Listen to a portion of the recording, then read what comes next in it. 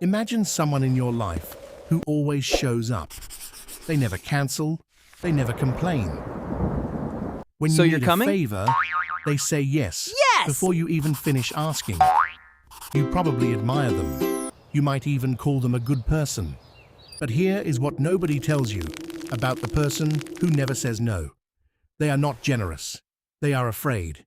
And that fear, quiet, invisible, socially rewarded, is costing them everything. This is the story of what happens when a human being loses the ability to say a single two-letter word, and why the world keeps applauding them for it. You start learning people-pleasing before you are old enough to name it. Maybe you had a parent whose mood filled the entire room. When they were calm, you were safe. When they weren't, everything felt fragile.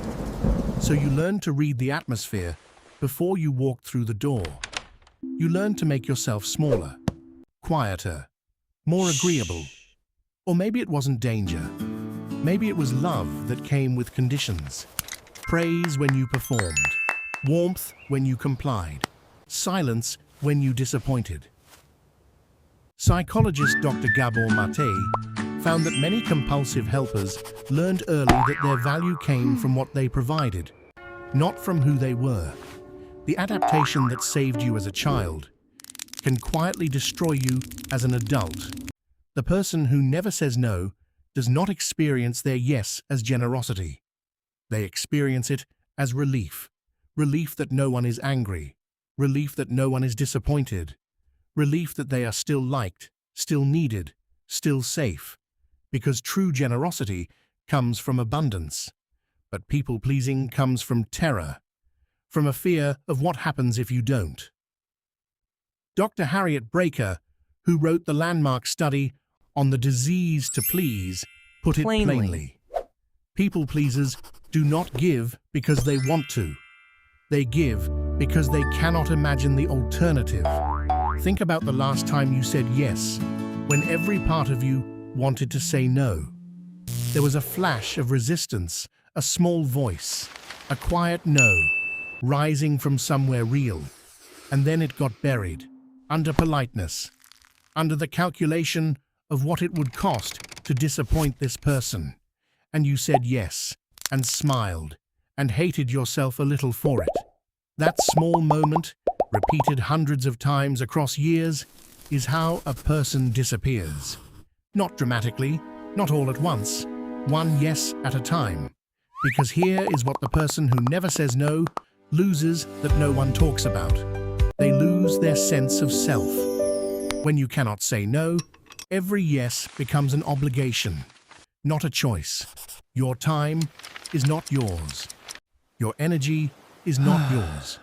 Your relationships are built on a version of you that was curated to please. Psychologist Dr. Susan Newman found that habitual people-pleasers report lower self-esteem, higher burnout, and a persistent sense of inauthenticity. They feel like actors in their own lives, and the cruelest part? The people around them have no idea. Because the person who never says no looks fine. No one sees the resentment underneath.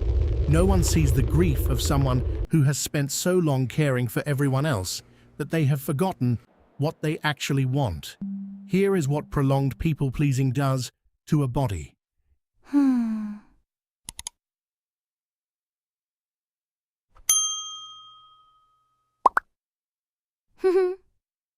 It is not just psychological, it is physical. Chronic suppression of your own needs activates the same stress response as a physical threat. Your body does not distinguish between the fear of a predator and the fear of social rejection. To your nervous system, both are danger. This is why people-pleasers eventually crash, not from one big thing, but from the accumulated weight of 10,000 small surrenders. That is not selfishness.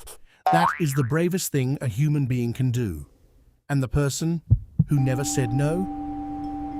They are learning, slowly and at great cost, that the most important yes they will ever give is the one they finally give to themselves.